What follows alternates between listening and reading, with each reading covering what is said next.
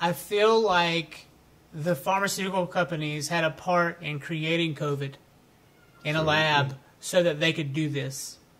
The entire COVID-19 pandemic has been the biggest corporate money grab that the world's ever seen.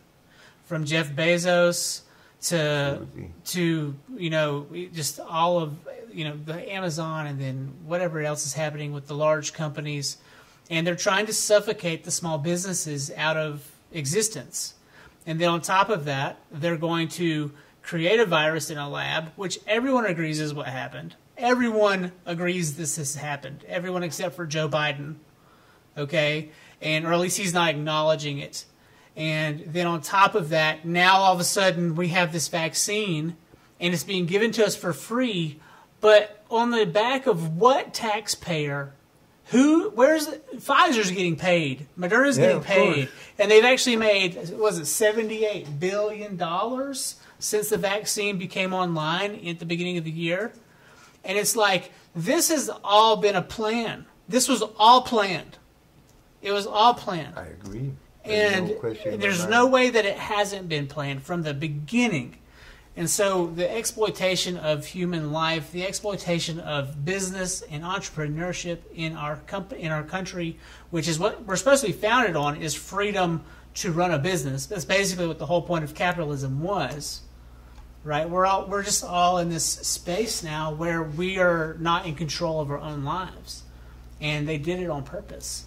That's why when you ask me, 26 billion. 26 billion, and that's Pfizer, Moderna. Pfizer forecasts 26 billion of COVID-19 vaccine revenue after the first quarter of success.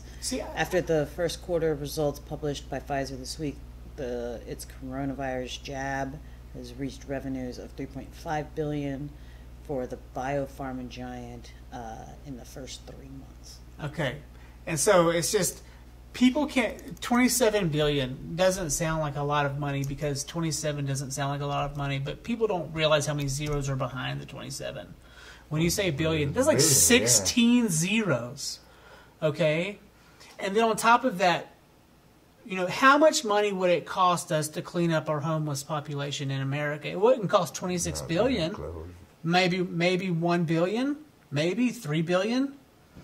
But yet, none of that money is being allocated towards those programs. Our education system is in the shitter.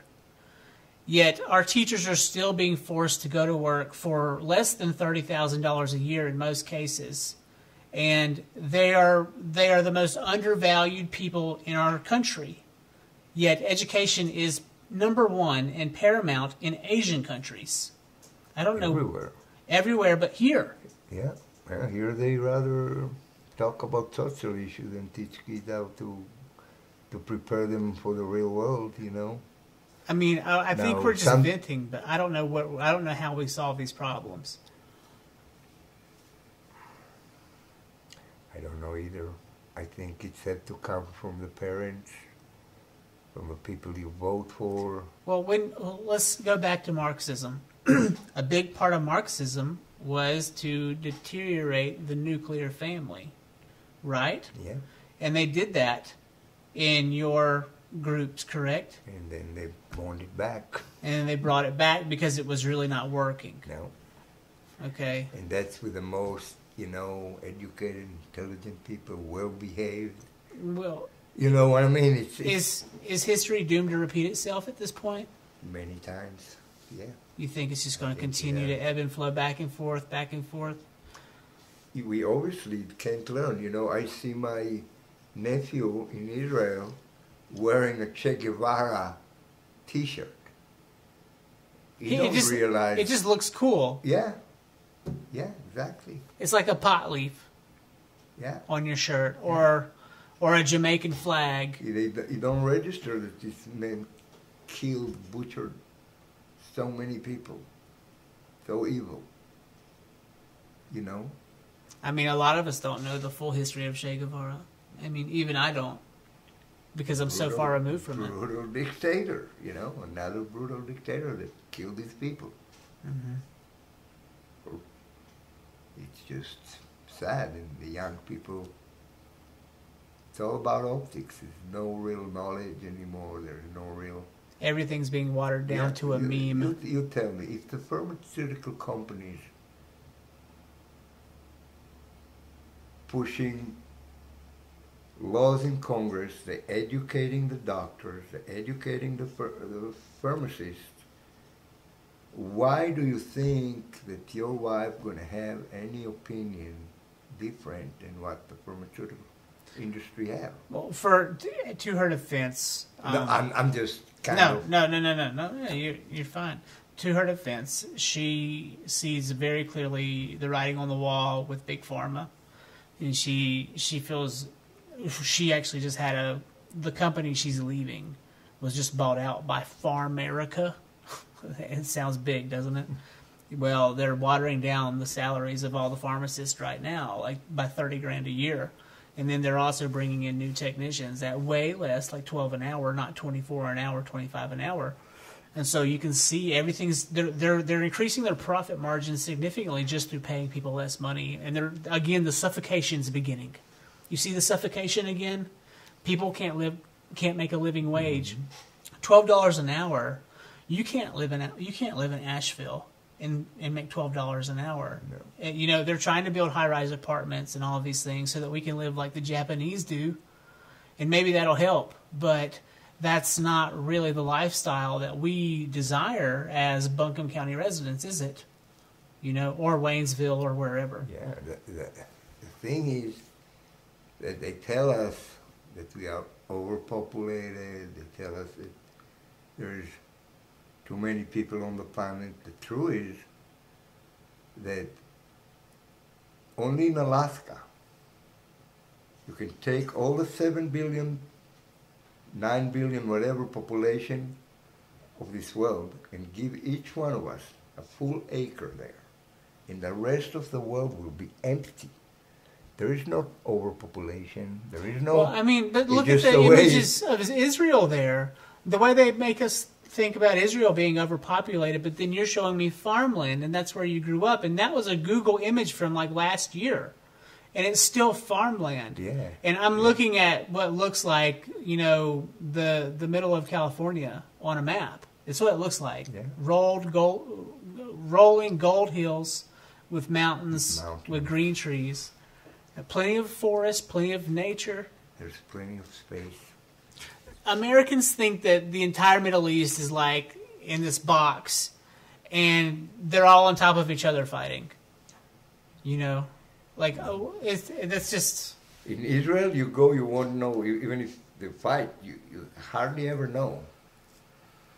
It's I don't know how to explain to you when you live there. Now, of course, it got very bad since I left. When I left, there was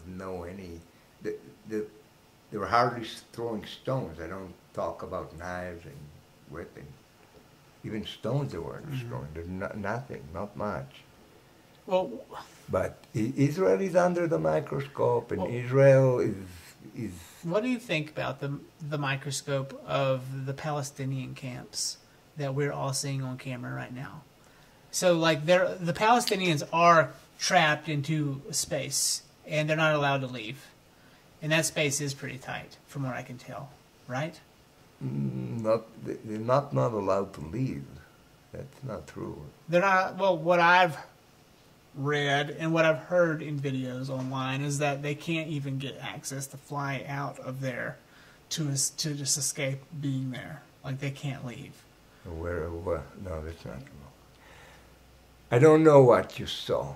Each case has to be judged because there's a lot of falsified information. Hollywood is a big issue. Why? Let me ask you. The ones that still live in camps, they live in the Arab countries. It's not in Israel, what you see. I see. And there is a few... When you say the out country, what do you mean? Lebanon, Syria. Okay. Jordan is 70% Palestinian. And when Americans think of Libya and Syria, we think of squalor. We think of everything being bombed or rubbish, and there's nowhere to be except for in the desert. Again, right? You have to go back to the root of the problem. The root of the problem is when the Arabs refused to talk with Israel. In 1967, when the war was over, they said no negotiation, no peace, no nothing. With The Israel. Arabs did. Yeah. But is that because they lost? They lost the war, and that And then they excommunicated. they shot any chance to, and then they started to use the Palestinian as a political tool. Well, that's what the Taliban have been doing, right? Like the Taliban have, like, they swore off any and all contacts with America. They did But this. it's a little different thing because the Palestinians, you see, with the refugee camps that you see, that's not in Israel. In 1948, the Arabs told the Arabs that lived in Israel, which you call today Palestinians. I don't even call them Palestinians, I call them Arabs. Yeah. There's no such a thing, Palestinians.